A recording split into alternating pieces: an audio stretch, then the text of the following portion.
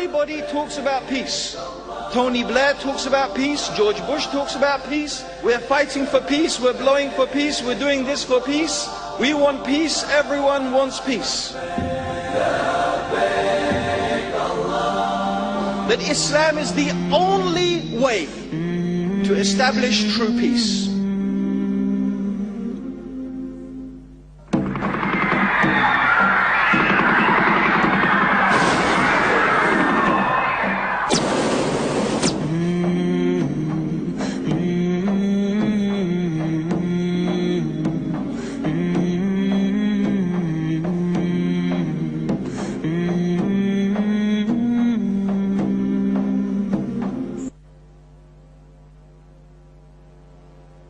Brother Abdul Raheem Green, he doesn't need any introduction. When he came here in 1996, he was well received and he's quite popular here.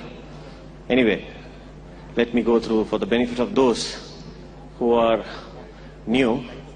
Brother Abdul Raheem Green, formerly Anthony Green, embraced Islam in 1988.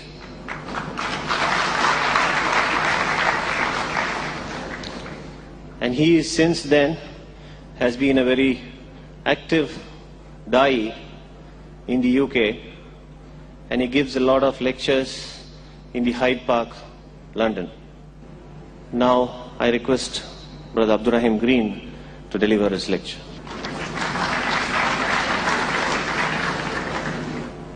إن الحمد لله نحمده ونستعينه ونستغفره ونعوذ بالله من شرور أنفسنا ومن سيئات أعمالنا من يهده الله فلا مضل له وما يضلل فلا هادي له وأشهد أن لا إله إلا الله وأشهد أن محمدا عبده ورسوله وبعد خير الحديث كتاب الله وخير الحدي حدي محمد صلى الله عليه وسلم وشر الأمور محدثاتها وكل محدثة بدعة وكل بدعة ضلالة وكل ضلالة في النار.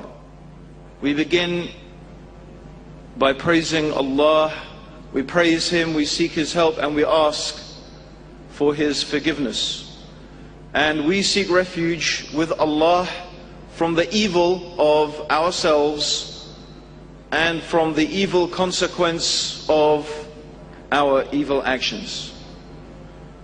Whomsoever Allah guides, there is none to misguide, and whomsoever Allah leaves to go astray, there is none to guide.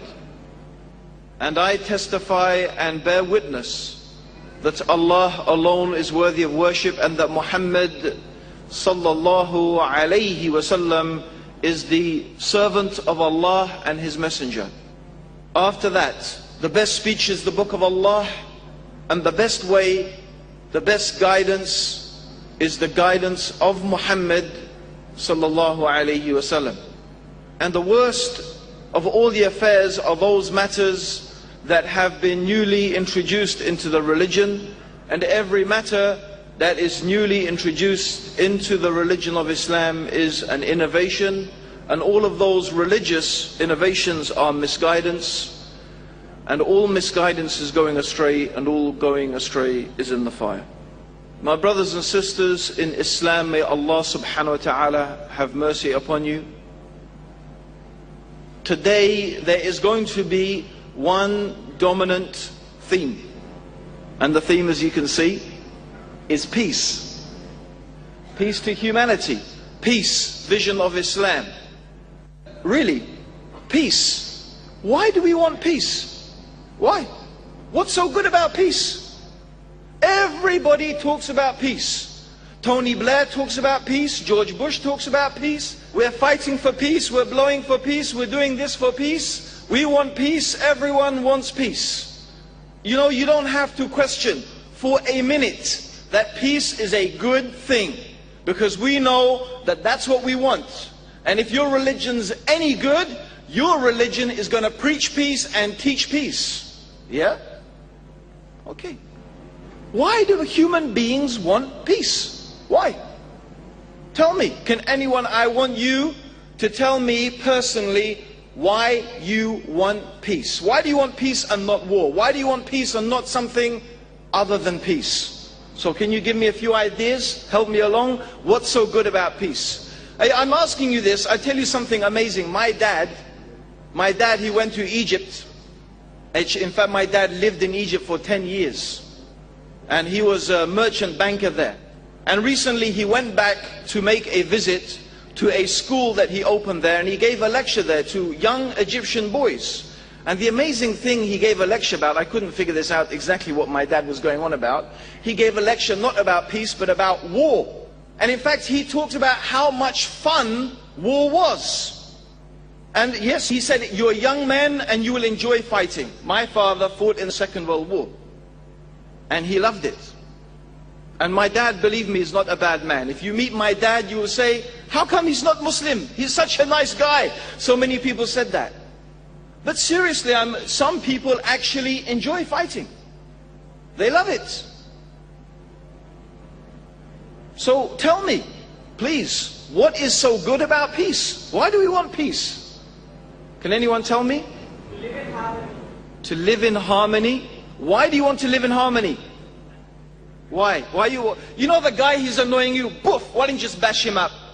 Why you want to live in harmony? What for? Why don't you just fight all day? I mean, I look at my kids, Abdullah and Bilal, all they do is fight, fight, fight, fight. Seem to enjoy it. I don't enjoy it. I know why I want peace.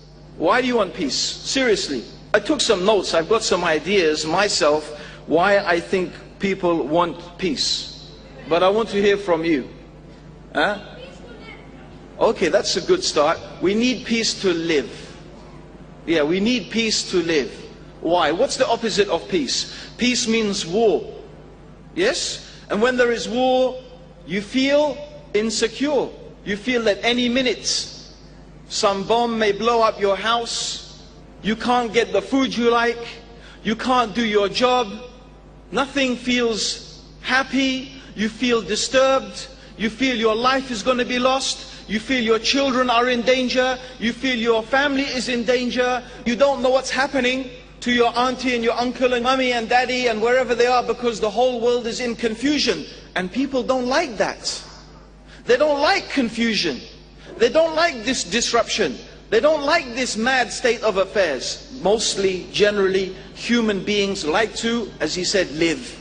Live, get on with their life. That's what it is. We like to get on with our life with as little hassle as possible. With as much ease as possible. Is that generally true? Yeah? Yes. So that's why we like peace.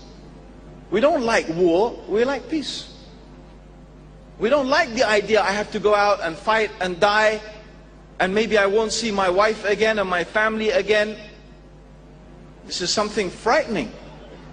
It's something unnerving. Human beings generally, not all of them actually, history of the human being, if you examine the history of the human being, you will think it is not a history of peace, but it is a history of war. In fact, all the human beings seem to be doing most of the time is fighting and killing one another. But when we talk about peace as the absence of war, I think we are missing the point. Because most people, when they say peace, they think peace means no war. Yes? That's what they imagine. Peace means no war. But in my opinion, this is a very, very shallow and small understanding of what is peace.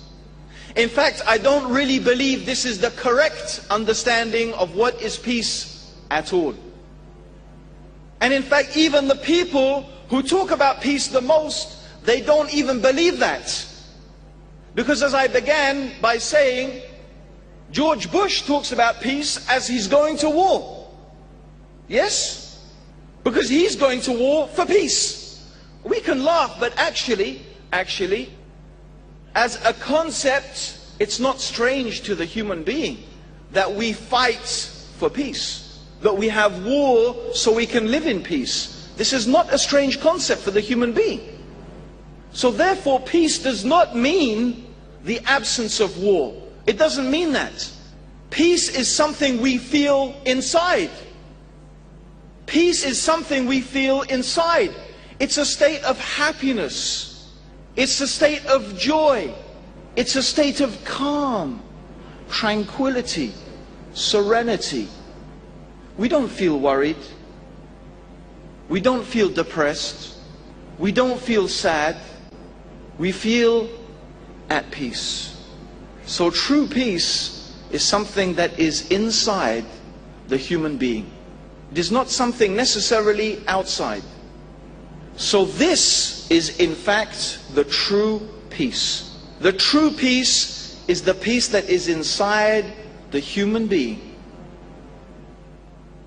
And everything else in fact is a type of false peace. Because we witness many societies that claim to be at peace. If you listen and study the propaganda and the brainwashing of the West, one of the things they claim all the time is, look, liberal democracy has brought peace to our nations for 40 years or 50 years or 60 years, since actually the Second World War, the most horrible conflict human beings have ever seen, okay? But let's leave that out, yeah? If you listen to the propaganda of the West, one of the things they say is, look, Germany and France and England and America and Canada and Australia, they are at peace. By that they mean they are not fighting each other. But is this really true? It's true they are not at war. It's true that these countries are not dropping bombs on each other right now anyway.